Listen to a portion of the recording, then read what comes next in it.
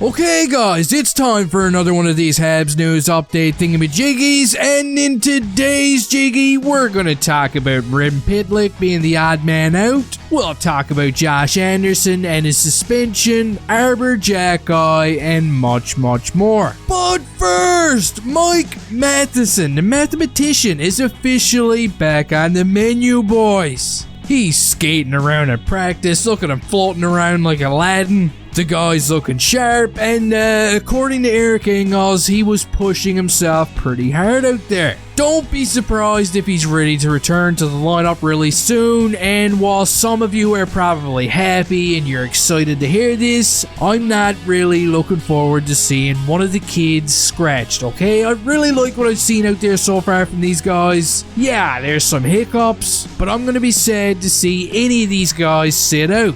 Moving on, as many of you are all aware, Josh Anderson had his little meeting with the NHL's Department of Player Safety yesterday for this hit on Alex Pietrangelo. Wow, the hammer came down and the DOPS rolled their little wheel of fortune, and bam, 2-game suspension for Joshua Anderson actually, because I'm willing to bet that when he's in trouble, his mom calls him Joshua. So Anderson is going to be missing from the Habs lineup during the games against the Red Wings and the Canucks, but he's going to be back in action for the game on Saturday against the Penguins. And while it does suck to see him sit out for a couple of games, it does open up a roster spot. Maybe we get to see Slafkovsky move up into the lineup for a couple of games like we mentioned on the podcast on Sunday. Sounds like a plan to me. Now speaking of Slafkovsky, it's worth pointing out that his 9 games are now up, okay? His ELC is about to kick in.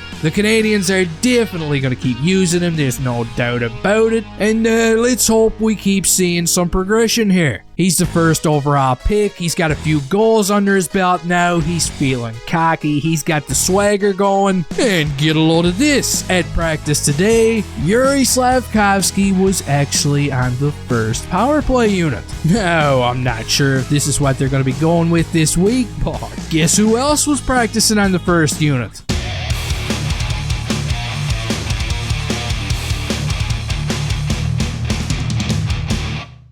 The Sheriff, Arber Xhekaj. Check it out, we got Xhekaj, Suzuki, Caulfield, Doc, and Slafkovsky on the first unit. Now, imagine if somebody told you that a year ago, eh? I mean, I've had countless people now in the comment section of my videos asking for Xhekaj to be used on the power play.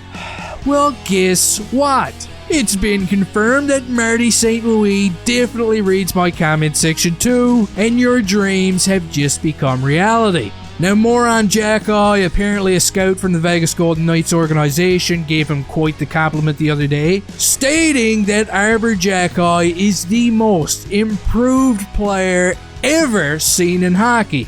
Wow, now what in the name of frozen mixed vegetables kind of a statement is that? Jeez. The scout would go on to say that had the Canadiens not signed him when they did, every other team in the NHL would have been lining up to offer this guy a contract. And while I'm not really sure about the most improved player ever statement, I do believe him when he says that teams would kill to have this guy right now. Xhekaj is the man. He's the bee's knees out there. And one more scary fact to add to this. In a recent article written by The Athletic, apparently Arber Xhekaj was very close to joining the Florida Panthers, okay? He was just about to go to Florida's camp, but along came the Canadiens, they had great poutine, he was already in Canada, and the rest is history. Jeez, just picturing Xhekaj in a Panthers jersey, I'd rather eat a 5-gallon bucket full of dogberries right now. Moving right along now with the last piece of news that I got for you grasshoppers,